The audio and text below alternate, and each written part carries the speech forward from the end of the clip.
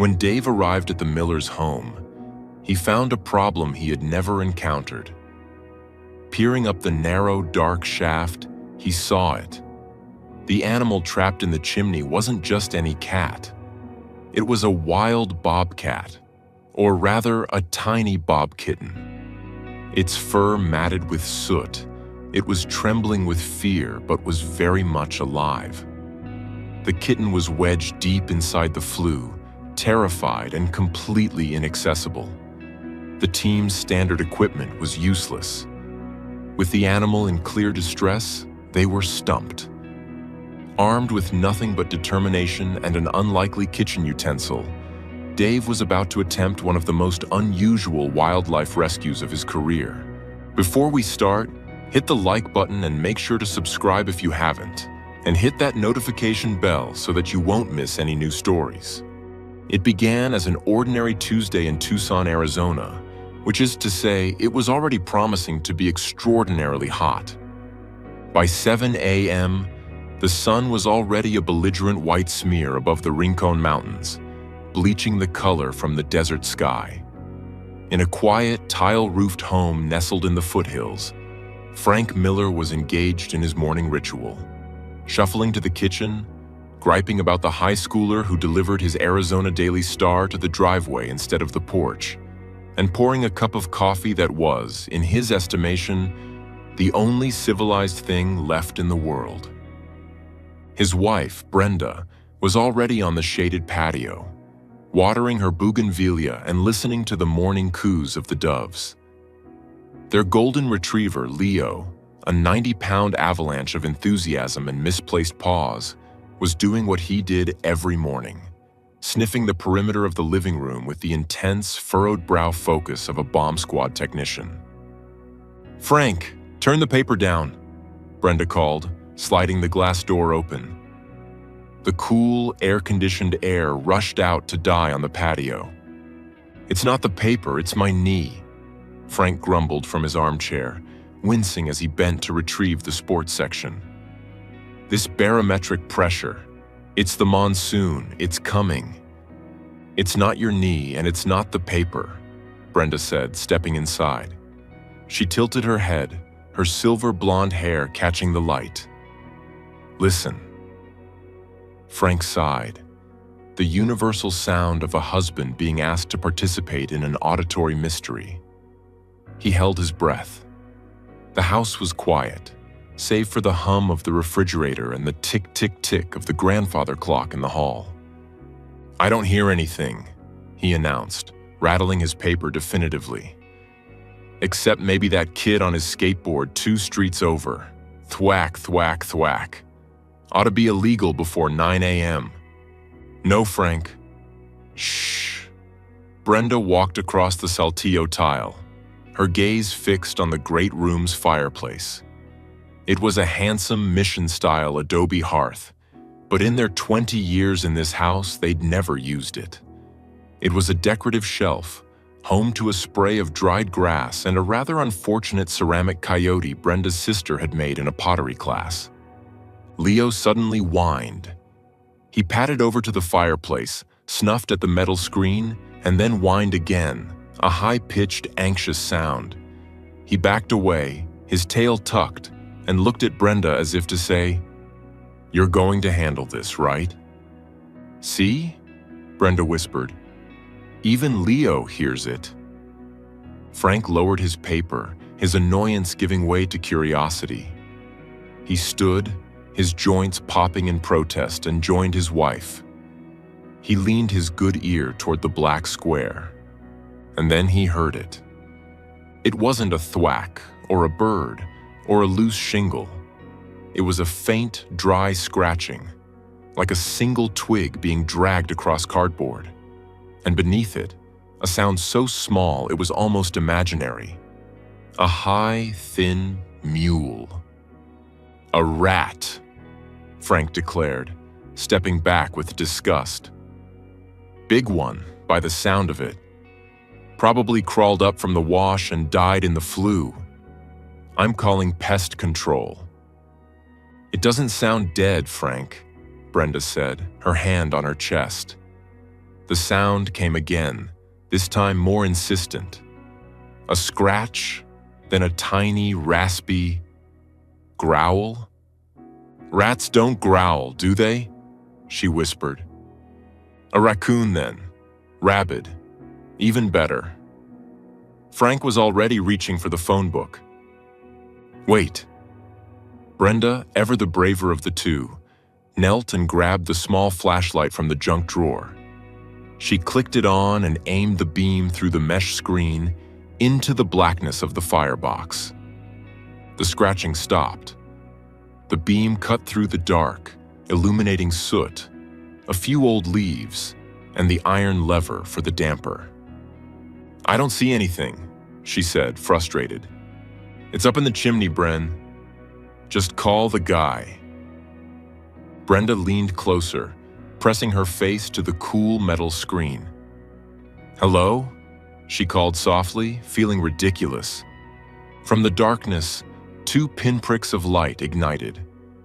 They weren't red, like a demon, or dull, like an insect. They were a brilliant, burning gold. The glinting eyes flickered, blinked, and then stared right back at her. Brenda gasped and fell backward. "Frank! Frank, there's something in there. It's looking right at me." The tiny, raspy sound came again, louder this time. It wasn't a growl of aggression. It was a sound of pure, abject terror. It was, unmistakably, the sound of a kitten. "Well, I'll be," Frank said, putting the phone down. "Stray cat. Must have fallen from the roof. How the heck are we going to get it out?" "We're not," Brenda said, her voice firm. She knew the limits of their 70-year-old joints. "We're not calling pest control. We're calling wildlife." Halfway across Tucson, Dave Sterling was checking the fluid on the Tucson Wildlife Heroes Unit truck and trying to explain to the new recruit, Chloe, why one should never, ever try to sweet-talk a javelina. "They're not pigs, Chloe. They're peccaries. And they don't have brains. They just have a pointy end-goes-forward instinct. You get between a mom and, well, anything. And you're going to be explaining it to a triage nurse." "I just thought if I was calm, it would be calm," Chloe said, defensively polishing the truck's logo. She was 24, fresh out of U of A's wildlife biology program, and still possessed a dangerous level of optimism about interspecies communication. "It was calm," chimed in Sal, the unit's driver and resident cynic, from the cab. "It was calmly trying to sever your femoral artery. Just be glad Dave, the javelina whisperer Sterling, was there to tackle you into a prickly pear." "I stand by the tackle," Dave said, wiping his hands on a rag. Dave was in his late 50s, with sun-bleached hair, a face mapped with laugh lines, and the weary but ready eyes of a man who had seen everything the Sonoran Desert could throw at a homeowner. He'd pulled rattlesnakes from pool skimmers, Gila monsters from car engines, and a very confused great horned owl from a high school gymnasium's rafters. The radio crackled. "Unit 3, got a call. Domestic residents, Tanque Verde foothills. Homeowners report an animal in their fireplace. Possible feline." "Feline?" Chloe brightened. Like a house cat, Chloe," Sal said, starting the engine. "A very, very stupid house cat that got stuck. We're going to drive 40 minutes to do a job a chimney sweep could do. Put your gloves on."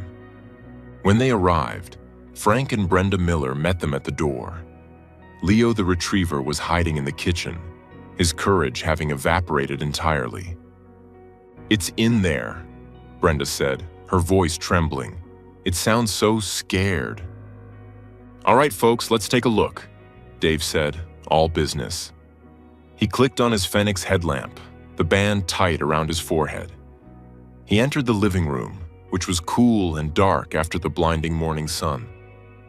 "You say you saw eyes?" Golden eyes, Brenda confirmed, and it hissed at me. Okay. Dave knelt, his knees cracking. He peered into the firebox, the beam of his headlamp cutting a cone of light. "Evening, ma'am," he muttered, as if greeting a neighbor. He assessed the situation. Modern flue, concrete liner, narrow. The sound was coming from above the damper, which was closed. "Well, there's your problem," Dave said, his voice slightly muffled. "It didn't fall all the way down. It's sitting on the damper ledge. Smart, but stuck." "Is it a cat?" Frank asked, hovering uselessly. Dave turned his head, his headlamp beam catching Frank square in the eyes. "Not exactly, Frank." He stood up, brushing soot from his shirt. He looked at the Millers, then at Chloe. "It's a kitten, all right," he said, "but it's not a Felis catus. Folks, you've got a Lynx rufus, a bobcat." Brenda's hands flew to her mouth. "A bobcat? A baby?" Frank's jaw went slack. In my fireplace? Are you sure?" "Positive," Dave said. "Spotted, tufted ears, face like a grumpy old man. That's a bob kitten, and he is not happy." Chloe's eyes went wide. "A bobcat? Wow, is it okay? Can we get it?" Dave's professionalism returned. "That's the new problem. The flue is too narrow for my snare pole, and the grasper is too short. It's about 3, maybe 4 feet above the damper, and the angle is terrible. I can't get my arms up there." He turned to Sal. "Get the extension grasper, and the thick gloves, the really thick ones." Sal returned, and for 10 minutes, Dave and Chloe tried to get a purchase on the animal. They were met with a flurry of terrifying hisses and spits that echoed down the chimney. The sounds were far too ferocious for such a tiny creature. "I can't get a grip," Dave said, pulling the tool back.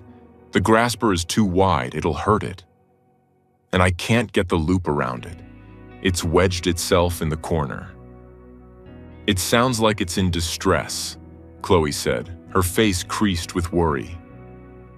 "Can we, I don't know, go from the roof? And push it down?" Dave shook his head. "Too dangerous. We'd break its leg. No, we need something. Long and thin, but with a pincer at the end." They all stood there, stumped. Frank, Brenda, Dave, Chloe, and Sal, staring at a fireplace as if it were an undefusable bomb. "A coat hanger?" Frank suggested. "Too sharp, we'll puncture it," Dave said. A pool noodle?" Brenda offered. "To do what, ma'am?" "Annoy it," Sal replied, a little too quickly. Dave shot him a look. The group fell silent again, the only sound the muffled, desperate hissing from the chimney. Sal, who had been scanning the room, suddenly pointed, not at the fireplace, but at the kitchen. Brenda had left a large salad bowl on the counter, and next to it, gleaming in the morning light, was a pair of long stainless steel salad tongs, the kind with scalloped spoon-like ends. "Ma'am," Sal said, a slow grin spreading across his face. "Are you particularly attached to those salad tongs?" Brenda blinked. My tongs?" Dave looked where Sal was pointing. His eyes widened. He looked back at Sal. He looked at the fireplace. He looked back at the tongs. "You're not serious," Chloe said. "It's just stupid enough to work," Dave said, a laugh escaping his lips. "They're long, they're thin, and the ends are rounded." Brenda, may I? I suppose, she said. I just used them for the pasta salad last night. Even better, Sal muttered. It's dinner and a show. Frank let out a bark of disbelieving laughter. You're going to rescue a wild bobcat with my wife's salad tongs? Unless you've got a better idea, Frank, yes I am, Dave said. He took the tongs from Brenda, flexing them. These are good quality. Nice spring. He knelt again, took a deep breath, and plunged his head and shoulders back into the fireplace. This is it, kid, he muttered. No sudden moves. The scene was absurd. A seasoned wildlife expert on his hands and knees, head stuck in a fireplace, armed with a $15 kitchen utensil. Chloe knelt beside the hearth, trying to get a visual from the side. I'm opening the damper just a crack, Dave narrated. Okay, easy, I see it. Oh, you're a tiny little thing, aren't you? A furious spat of hissing. Okay, you've made your point. You're very scary. Dave carefully maneuvered the tongs up into the darkness. The angle is bad. I can't... Wait. Got a leg. Don't grip too hard, Chloe whispered. I'm being gentle. I'm just guiding. Come on, buddy. There was a frantic scrabbling sound, a shower of soot, and a yowl that made Brenda jump. I'm losing it, Dave grunted. It's squirming. No. Wait. I've got it. I've got it around the torso. With the careful precision of a surgeon in a bomb defusal movie, Dave began to slowly draw his arm back. The hissing grew louder, more frantic. Easy. Almost. Inch by inch, he lowered the tongs.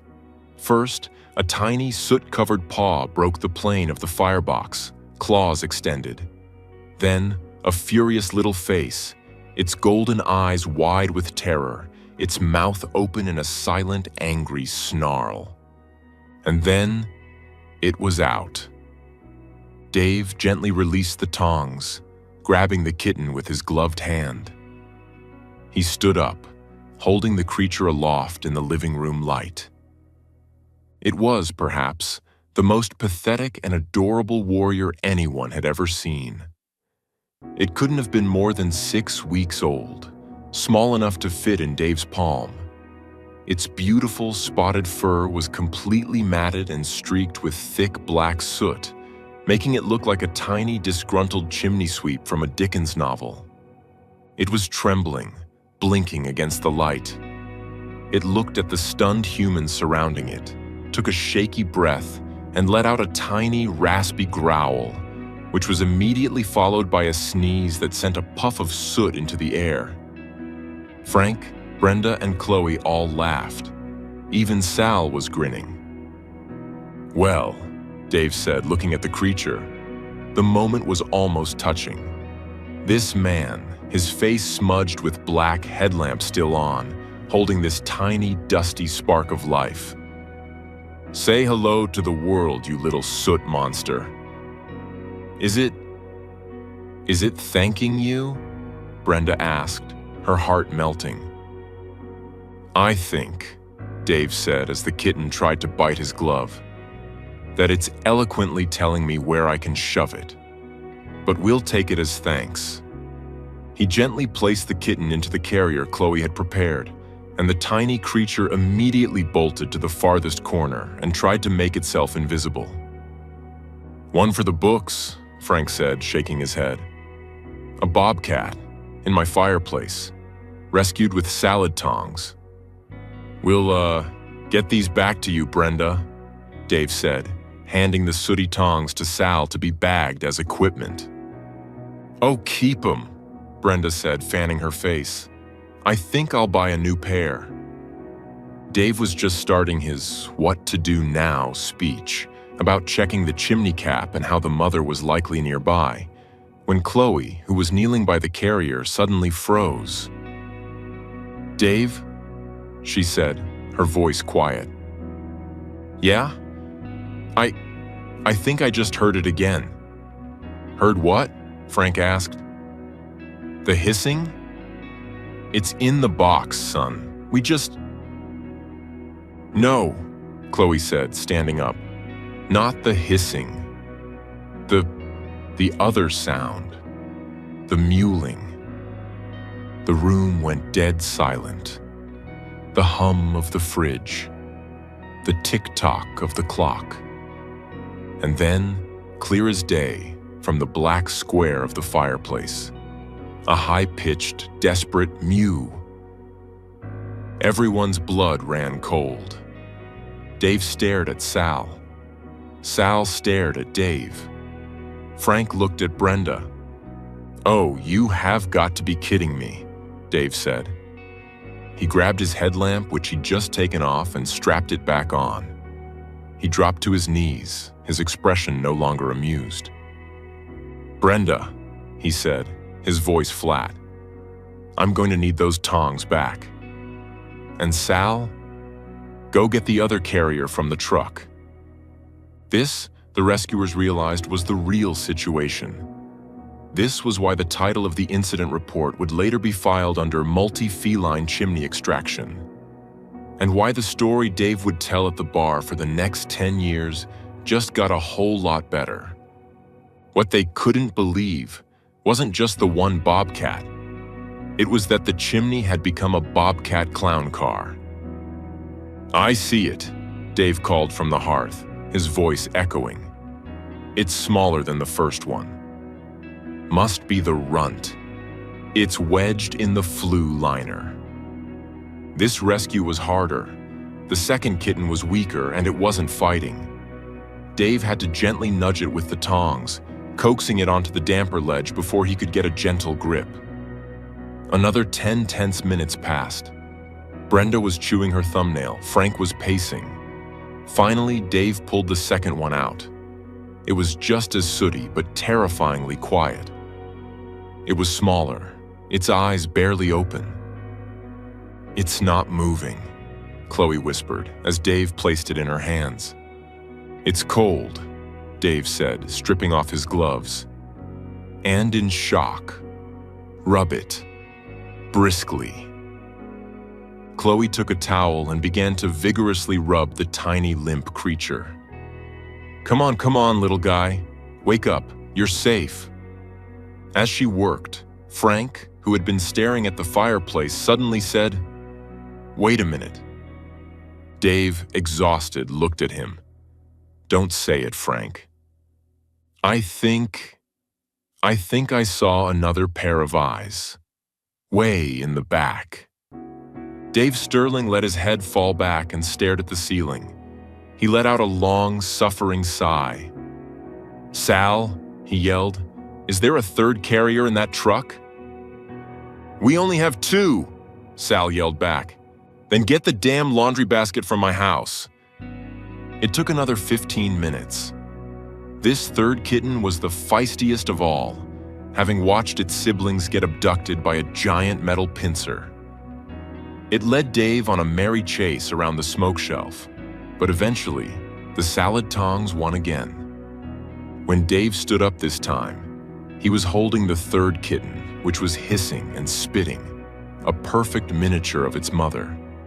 He was covered in soot from his eyebrows to his waist, his uniform a mess. He placed the third kitten in the box with the first, and they immediately hissed at each other before huddling together.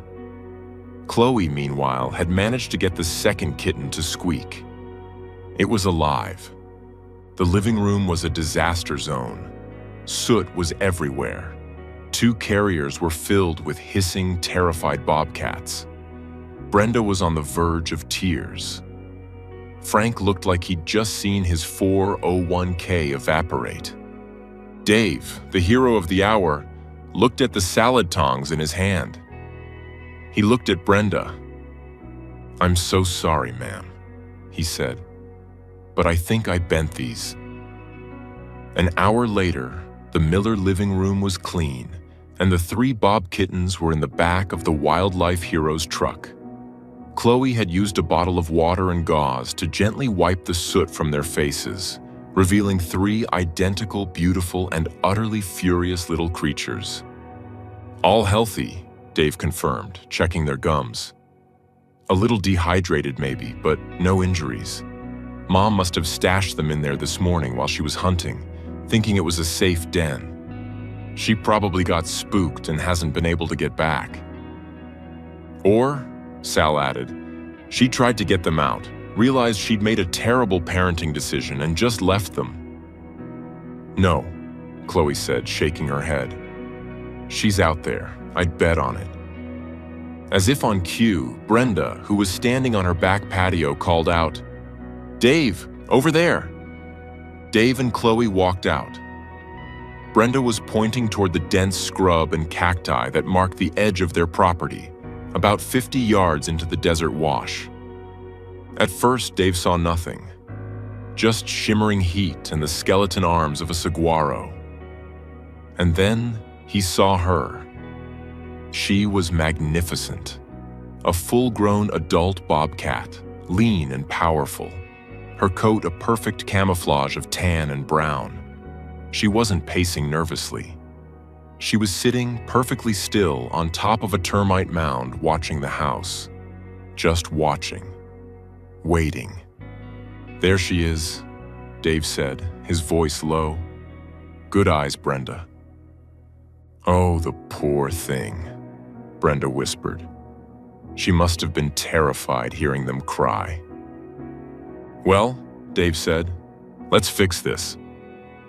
They brought the carriers to the very edge of the manicured lawn. The mother bobcat watched, unblinking. She didn't move. "Okay," Dave said to Chloe. "Open the doors." Both at once, then back away, slowly. Chloe knelt, her heart pounding. She flipped the latches. The doors swung open. For a moment, nothing happened. The 3 kittens, now clean, huddled in the back of their boxes. The mother bobcat stood up. She let out a low, soft chuff. It wasn't a roar or a meow. It was a sound of command. One kitten poked its head out, then the second. The third, the feisty one, tumbled out right after. They stood on the grass, confused, blinking in the bright sun. The mother chuffed again, louder. The 3 kittens snapped to attention.